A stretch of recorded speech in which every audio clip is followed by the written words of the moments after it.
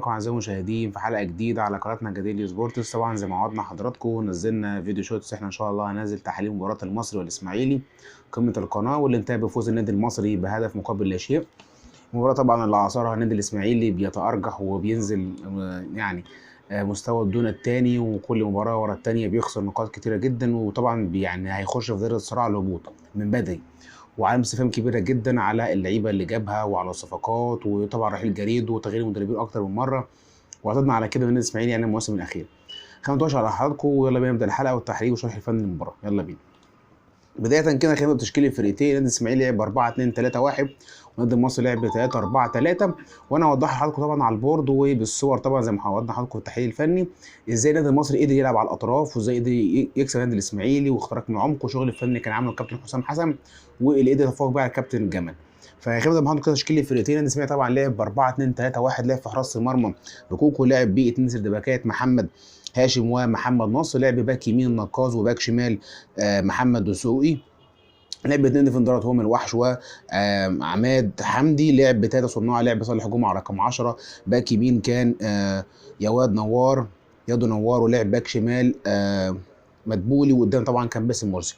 ده بالنسبه لتشكيل النادي الاسماعيلي. بالنسبه لتشكيل بقى النادي المصري لعب 3-4-3، الكابتن حسام حسن بيعمل تكتيك جديد احنا متعودين عليه، وبيلعب طول عمره ب4-2-3-1 او ب4-3-3، ولكن انا عاجبني فيه فكر جديد بشغل فني حديث 3-4-3، يعني تكتيك كويس جدا وحديث، وفيه مميزات هو قدر يستغلها النهارده كمميزات اللي قدر يستغلها، قدر يكسب بين النادي المصري. هنوضحها مع حضراتكم. لعب في حراسه المرمى بمحمود جاد، لعب ب3 ورا محمود فوزي وعماد الدين واسلام ابو سليمه، لعب ب2 ديفندرات وهو ايميكا وعمرو موسى، لعب ب2 على الاطراف دغموهم في الشمال وسعدوي في اليمين في الشمال، ودغموهم في اليمين وسعدوي في الشمال، لعب ب3 قدام جناح يمين عبد اللطيف، وجناح شمال الجلاصي، يمين الجلاصي، وقدام كان ايدونجا. ده بالنسبه لتشكيل نادي المصري، تشكيل نادي الاسماعيلي. هنا طبعا مع حضراتكم واضح مع حضراتكم الشرح الفني على البورد، فيلا بينا عشان اشرح حضراتكم. بدايه كده خلينا واحده واحده اهو ان النادي الاسماعيلي هنتكلم عنه مشكلته اللي وقع فيها، وازاي خسر النادي المصري وايه اللي خلاه يخسر. بدايه كده الاسماعيلي لعب 4-2-3-1 زي ما حضراتكم شايفين اهو، 4-2-3-1 تمام. فالمشكله هنا ان هو لعب 4-2-3-1 وكان بيعتمد على صالح جمعه، فصالح جمعه كان لحد ما رتمه بطيء، فكان نقلته للعبه ما كانتش سريعه، وبالتالي كان النادي المصري رتمه اسرع في الهجمه المرتده.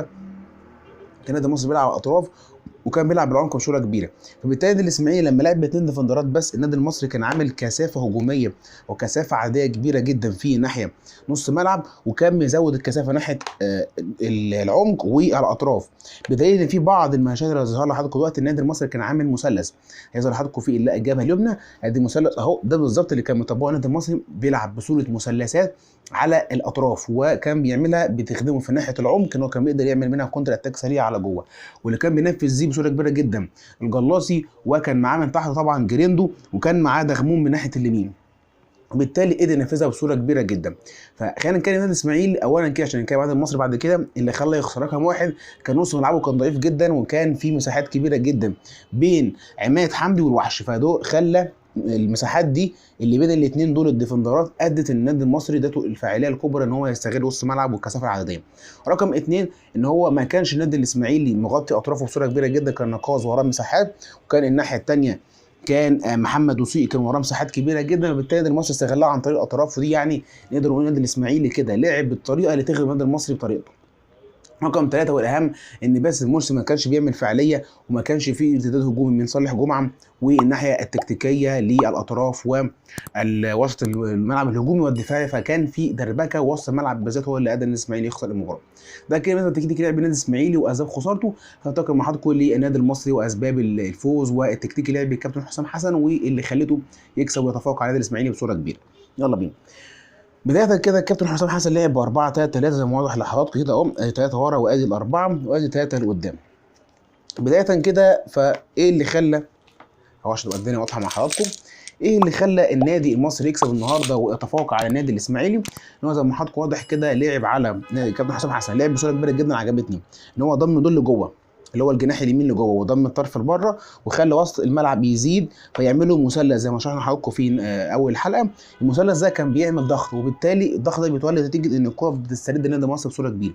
فكان بيلعب باطراف هنا في ظهر الباكات بتاع النادي الاسماعيلي، وكان بيعمل كثافه عدديه كبيره جدا في العمق نادي الاسماعيلي، وبالتالي كان بيستحوذ على الكره في اوقات كثيره جدا من المباراه. تمام.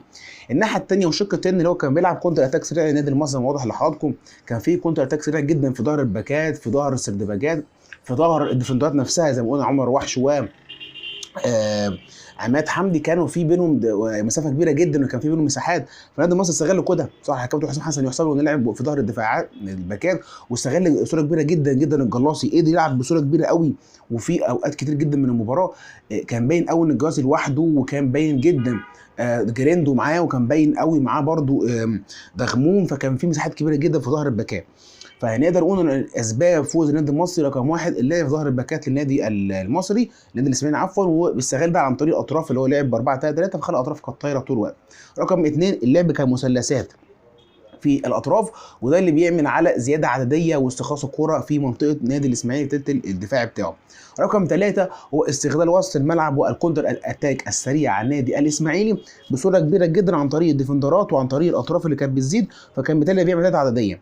والناحيه الدفاعيه كانت متامنه بالثلاثي اللي ورا، كان بيضم كوسط الملعب وبيخلي الكثافه الهجوميه كلها ناحيه ثلث ملعب النادي الاسماعيلي. وبالتالي فالنادي المصري ما قدرش بصوره كبيره، النادي الاسماعيلي عفوا ما قدرش ان هو يتغاضى عن كده او يصد التكتيكات دي كلها النادي المصري، وبالتالي قدر يعني نقدر نقول في اغلبيه المباراه، عشان بس ايه يعني ظلمين النادي الاسماعيلي اغلبيه المباراه كان طول الماتش على ثلث ملعبه، وكان بشكل مثلثات بصوره كبيره جدا للنادي المصري. وبكده يعني نقدر نقول ان احنا وضحنا مع حضراتكم التحليل الفني للمباراه، وازاي النادي الاسماعيلي خسر المباراه والتكتيك اللي لعب بيه السلبي اللي خلاه يخسر، والنادي المصري ازاي تفوق على النادي الاسماعيلي عن طريق كابتن حسام حسن. وان شاء الله طبعا هنوضح لحضراتكم، وضحنا كل حاجه بالصور والتحليل الفني ليها. فاحنا كده وصلنا مع حضراتكم نهايه الحلقه، فانتظروا ان شاء الله تحيه نادي الزمالك ومن عرب وتعادلوا النهارده، وتعادل النادي طبعا مع سموحه ان شاء الله فيها فريات كبيره جدا. فانتظروا ان شاء الله اقوى افضل الفتره الجايه باذن الله. كده نكون مع حضراتكم الحلقه، كان معكم اليوم محمد جد الله، والسلام عليكم ورحمه الله وبركاته. سلام.